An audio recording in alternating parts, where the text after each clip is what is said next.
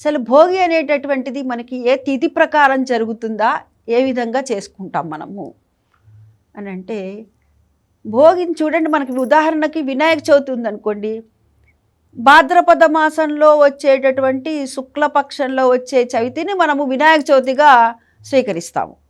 అలాగే కృష్ణాష్టమి, అష్టమి తిథి శ్రావణ మాసంలో బహుళ పక్షంలో వచ్చేటటువంటి అష్టమి కృష్ణాష్టమిగా, ఈ విధంగా ఒక్కొక్క పర్వదినానికి ఒక్కొక్కటిగా చెప్పబడింది నైమిత్తికాలకి.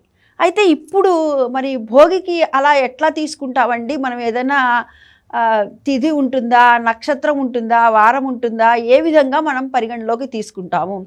దాదాపుగా కనుక మనం గమనించినట్లయితే జనవరి 13వ తేదీ కానీ జనవరి 14వ తేదీ కానీ మనకి భోగి అనేటటువంటిది రావటం జరుగుతుంటుంది.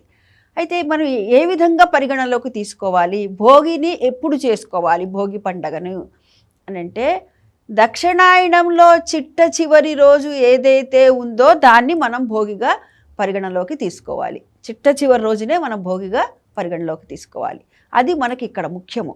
అంటే దక్షిణాయనం అయిపోయి ఉత్తరాయణంలోకి ప్రవేశించేటప్పుడు ముందు రోజు ఏదైతే ఉందో, అంటే దక్షిణాయనానికి చిట్ట చివరి రోజుని మనము భోగి పండగగా పరిగణలోకి తీసుకోవాలి.